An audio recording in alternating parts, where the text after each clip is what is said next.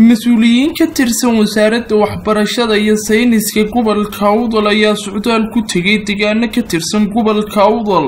Ujeedada socdaalka mas'uuliyiintani ayaa ahayd sidii ay u soo indhayn xaaladda waxbarasho deegaanadaasi iyo waliba sidii ardayda dhigata dugsiyada waxbarasho ay ugu qaybin lahaayeen buugaagta manhajka waxbarasho ee Somaliland taasoo kafaalad qaaday isla markaasina ugu deeqay madaxweynaha Somaliland mudane Muuse Biixi Cabdi. Deegaanada ay socdaalku ku tageen mas'uuliyiintani ayaa waxa kamid ah Lug Haya, Kalawle iyo Tuurka.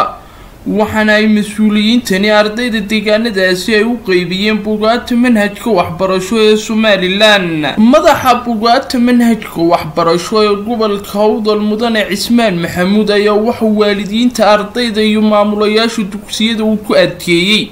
in buugaagta ay ilaaliyaan waxana uu faahfaahin ka bixiyay ujeedada buugaagtan ay ugu qaybinayaan ardayda. Madaxweynaha Jamhuuriyadda Somaliland uu ku dhawaaqay in goob kasta la geeyo gobolka Awdal ayaan ka soo qaadnay gudoomiyaha waxbarashada gobolka Awdal Mr. Jeeka Cismaan Ciye ayaa aniga gudoomiyaha waxbarashada degmada Lug Haya saddex iskuul oo ah Lug Haya iyo Kalawle iyo Tuurka buugtii sidii aan soo wadnay waan soo gaarsiinay dadweynihii meesha deganaa.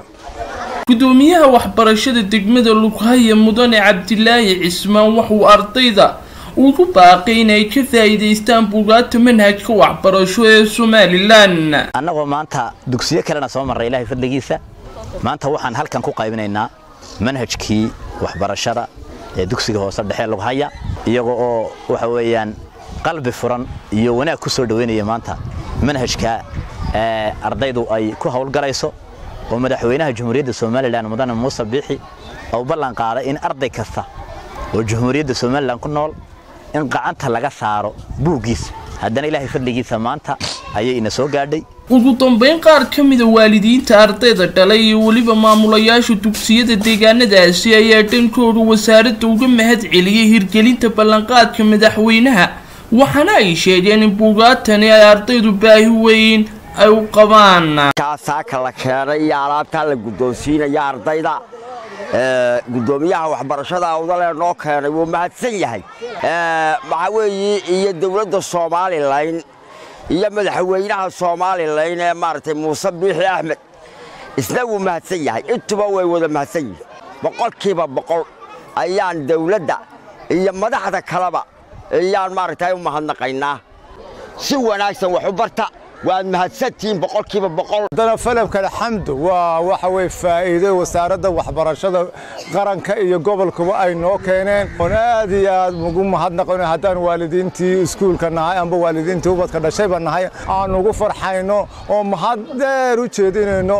ardayda anagoo soo sula hadlaya waxbarashadu waa arday waxa way waxbarashadu waa tawo qiimo iyo qaaya badan weey qofku waa inuu aqoon yeesho nolosha bini'aadamku waa aqoon waa iftiin. waxaan mar labaad iyo mar saddexaad baan aad ugu mahad celinayaa madaxda sharafta leh ee u soo martay juhdiga iyo dhibaatada siday u heli lahaayeen ardayda ka dhigatay iskuulkani manhajkii dawladda waxaan xukuumadda hadda uu hogaaminayo mudane Muuse Biixi Cabdi aan leeyahay madaxweyne aad bay wax qabadkaaga iyo ballanqaadyadaadii xagga adeegyada aasaasiga maadaama oo maanta Tuurka ku haysto in buugaagtii manhajka oo bilaasha oo dhaqaale ahaan aad naga kabtay. maanta halkan waxaa lagu soo gaaray buugaagtii manhajka oo aan muddo badan sugaynay horta run ahaantii wasaaradda waxbarashadu dadaal aad badan bay u gashay aad bayna u mahadsan tahay maanta ay noo keeneen oo guddoonsiiyeen buugaagtii manhajka ahayd waxbarashada manhajka run ahaantii aad iyo aad baan ugu mahad celinaynaa wasaaradda waxbarashada maadaama ay maanta noo keentay manhajkii waxbarashada waxyaabo badan ilaalinteedana annaga looga baahan yahay insha Allah ta'ala. Cabdirasaaq Umar Micaadawliyo wararka shabakada caalamiga ah ee Boroma News.